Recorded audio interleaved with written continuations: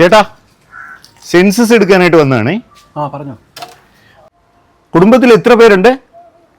ആണെത്ര പെണ്ണെത്ര? മൊത്തം 3 പേര്, അച്ഛനും അമ്മയും പിന്നെ ഞാൻ. വാർഷിക വരുമാനം? അച്ഛനും അമ്മയ്ക്കും കൂടി ഏകദേശം ഒരു വർഷം ഒരു 20-22 ലക്ഷം രൂപ വരും. എത്ര ബാങ്ക് അക്കൗണ്ട് ഉണ്ട്? FD ഉണ്ടോ? വീട്ടിൽ പണം സൂക്ഷിക്കാറുണ്ടോ?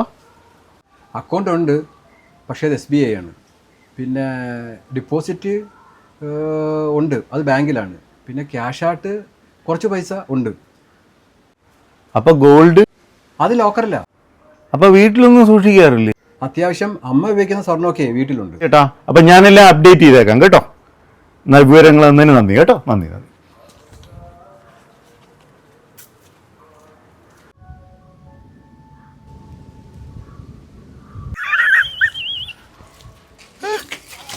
ഇന്നത്തെ സ്പോട്ട് ഇതാണ്.